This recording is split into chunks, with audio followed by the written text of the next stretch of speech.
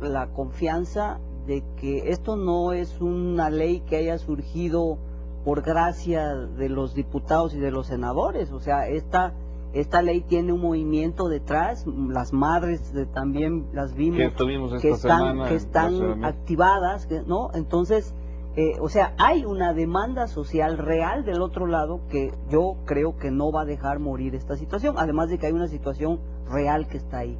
Pero sí necesita cambiarse el orden de las prioridades.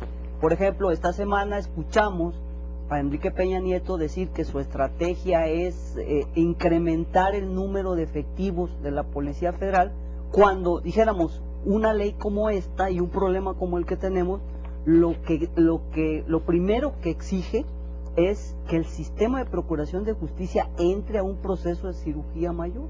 Si tú ves, por ejemplo, nomás un dato te voy a dar.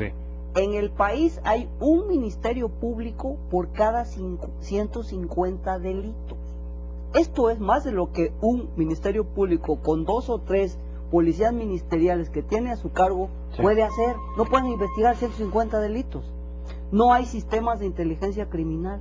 En fin, una serie de cosas en donde hay que poner las prioridades, porque el primer agravio de todas estas víctimas que hemos visto en toda esta semana y el año pasado es: ¿dónde está mi hijo, mi hija? ¿Qué pasó con él? ¿Quién lo mató? Es el reclamo directo al sistema de procuración de justicia. Yo recuerdo, Tere, el caso de Nepomuceno, inclusive lo entrevisté en la marcha, aquella marcha de aquel Zócalo de Javier Sicilia, que todos recordamos, que ante las cámaras de efecto me dijo: yo quiero saber qué le pasó y me voy a morir buscándolo. Y mira, se le concedió de una manera muy violenta. No se murió, lo mataron. Claro. De hecho, ¿no?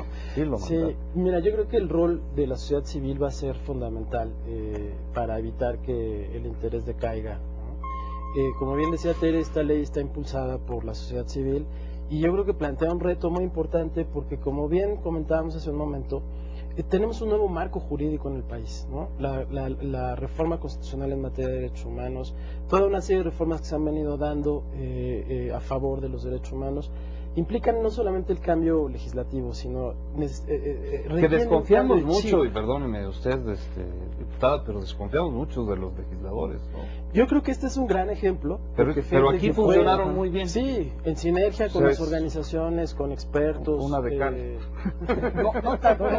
No son tan poquitos. Una de cal. Hubo muchos logros en esta legislatura. Esa percepción que había de que las autoridades y que incluso algunos organismos de derechos humanos, y refiero a percepción, no necesariamente una realidad, estaban del lado del delincuente, viendo que no se les violaran sus derechos, que se atendieran a sus reclamos, cuestión que nosotros apoyamos en la propia ley, que decimos: esta ley no se trata de quitarle derechos al delincuente, se los ha ganado a través de los abusos que el Estado ha cometido con él, en los o las carencias del sistema. Se ha ganado el delincuente estos derechos. Sin embargo, se trataba de equilibrar las fuerzas. Francisco, la víctima estaba en una total desventaja frente al delincuente. Cuando la víctima es precisamente víctima de un acto de autoridad, ¿qué pasa?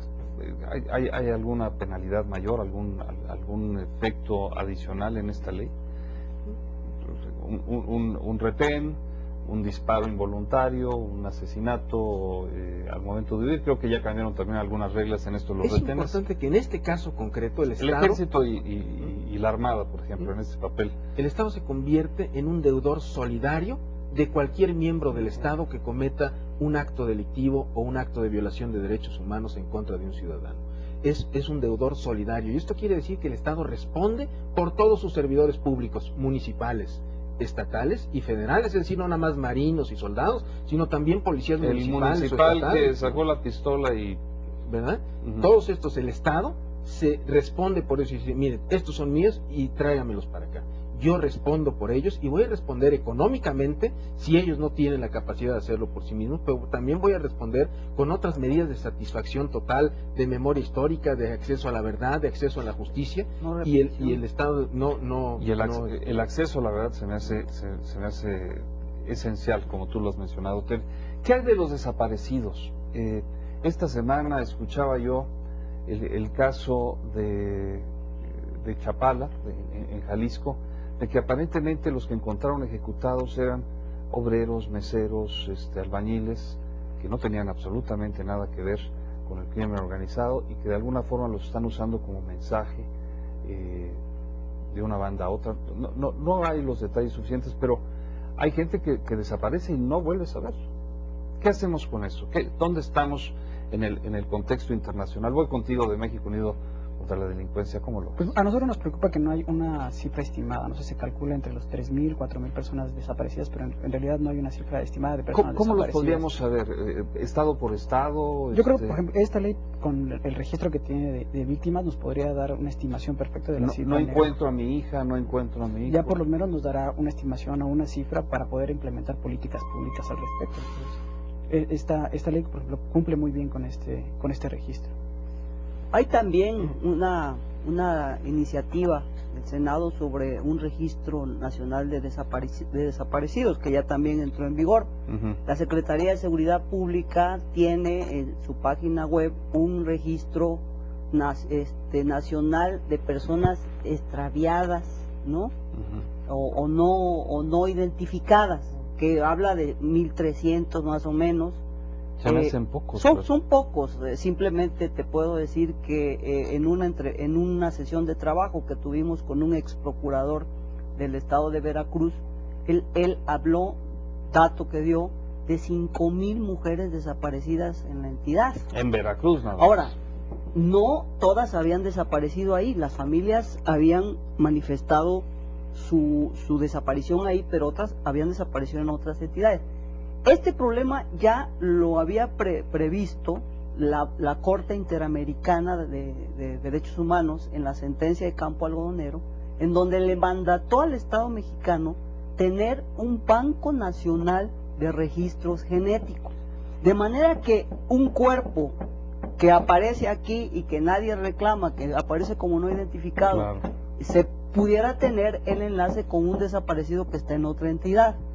Ese es uno de los problemas que tenemos para los desaparecidos y las desaparecidas, que no hay formas forenses, periciales, de identificar a las personas. Entonces, no tenemos registro, no tenemos... O sea, de los proceso de 50.000 muertos identificación. que llevamos, no hay material genético que eventualmente pudiera algún familiar llegar a decir, pues tengo de... En forma sistematizada.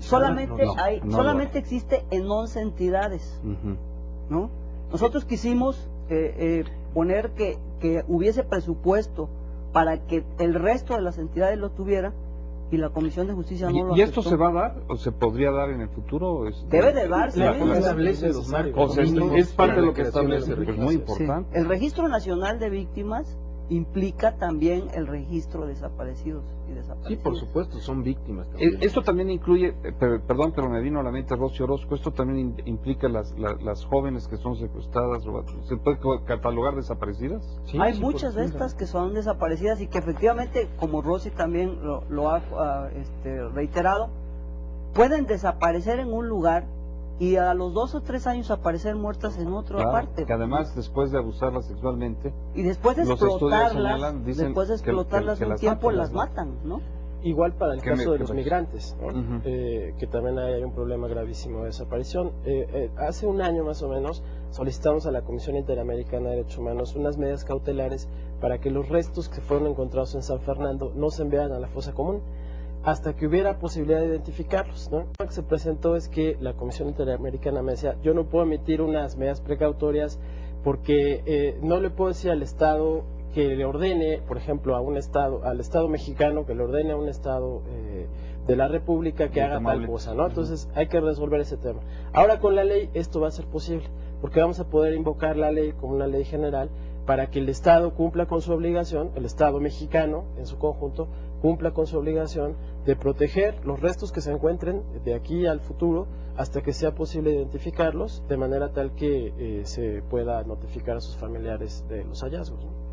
¿Qué tan atrasados, si podemos dar un apunte antes de ir a un corte, estamos en relación con otros países? Estoy oyendo esto del ADN.